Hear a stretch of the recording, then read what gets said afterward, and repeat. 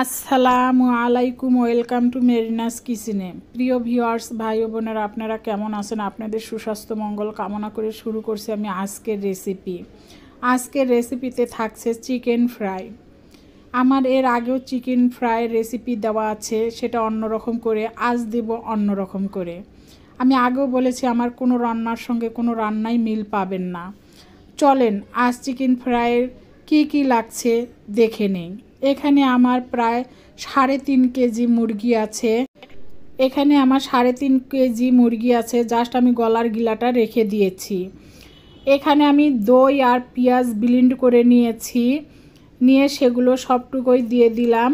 এখানে আদা বাটা দিয়ে দিলাম, আদা রসুন বাটা 2 চামচ দিলাম, দিয়ে দিলাম জিরের গুঁড়ো, ধনিয়ার গুঁড়ো, গরম মশলার গুঁড়ো, হলুদের গুঁড়ো আর মরিচের গুঁড়ো। এখানে মরিচের অংশটুকু একটু বেশি দেব, কারণ এটা একটু ঝাল না করলে চিকেন ফ্রাই মজা লাগবে না। দিয়ে দিলাম স্বাদ মতো লবণ, দিয়ে দিলাম সাদা তেল। এখানে দিয়ে দেব আমি 2টি ডিম, সস, টমেটো সস আর সয়া সস দেওয়ার ভিডিওটা স্কিপ হয়ে গিয়েছে, ভিডিওটা অন করিনি। এখানে কিন্তু সয়া সস আর টমেটো সসও আমি দিয়েছি। দিয়ে এগুলো আমি ভালো করে মেখে নেব। মেখে নেওয়ার পরে এগুলো আমি প্রায় 2 দিন রেখে দেব। আপনারা ইচ্ছা করলে সঙ্গে সঙ্গেও করতে পারেন, অথবা রাতেও করতে পারেন, অথবা দুপুরেও করতে পারেন। এটা টেস্ট বাড়ানোর জন্য আমি প্রায় 2 দিন রেখে দেব, যেন মশলাগুলো এর ভিতরে ঢুকে যায়। দেখতে পাচ্ছেন এখানে আমি একটা কাঁচের বাটিতে কিন্তু আমি চিকেন ফ্রাইগুলো মেখে রেখে দিব। পলিথিন দিয়ে মুখটা বেঁধে 2 দিনের জন্য এটা রেখে দেব। এটা 2 দিন রেখে দিলে কিন্তু এটা টেস্টটা 1000 গুণ বেড়ে যাবে। দেখতে পাচ্ছেন 2 দিন পর কিন্তু আমি ফিরে আসলাম।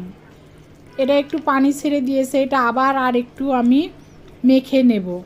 মেখে নিয়ে তারপরে প্রধান কাজ যেটা, সেটা হচ্ছে আটা নিয়েছি আমি। এখানে যতটুকু চিকেন ফ্রাই করতে আমার আটা লাগবে ততটুকুই নিয়েছি। নিয়ে মরিচের গুঁড়ো, হলুদের গুঁড়ো, জিরের গুঁড়ো, গরম মশলার গুঁড়ো আর ধনিয়ার গুঁড়ো দিয়ে আমি আটাগুলো মেখে নিলাম।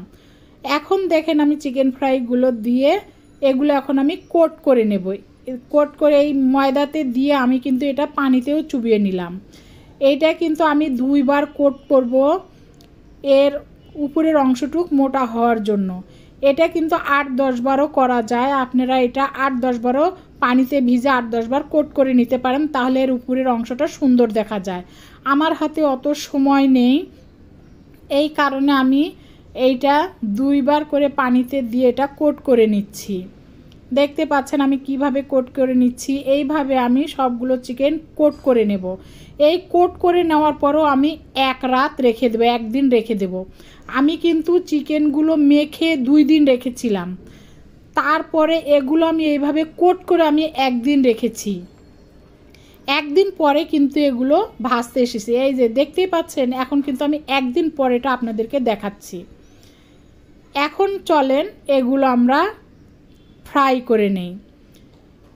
একটা কথা মনে রাখতে হবে, এই চিকেন ফ্রাই করতে গেলে কিন্তু তেল হাই হিটে গরম করে নিতে হবে, তা না হয় কিন্তু এর উপরের যে ময়দাটা সেটা কিন্তু ছেড়ে যাবে।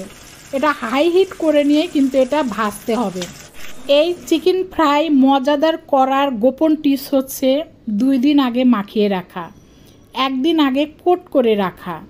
যারা এইভাবে করে চিকেন ফ্রাই করে সেই চিকেন ফ্রাইটার এতটুকু খুদ কেউ বের করতে পারবে না।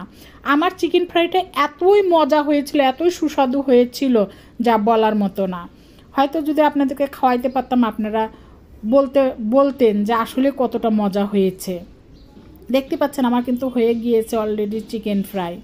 ভালো লাগলে কিন্তু লাইক, কমেন্ট, শেয়ার করতে ভুলবেন না। ধন্যবাদ সবাইকে। ইউটিউব থেকে দেখলে অবশ্যই বেল আইকনটা ক্লিক করে দিবেন, পেজ থেকে দেখলে অবশ্যই ফলো করে দিবেন। আসসালামু আলাইকুম।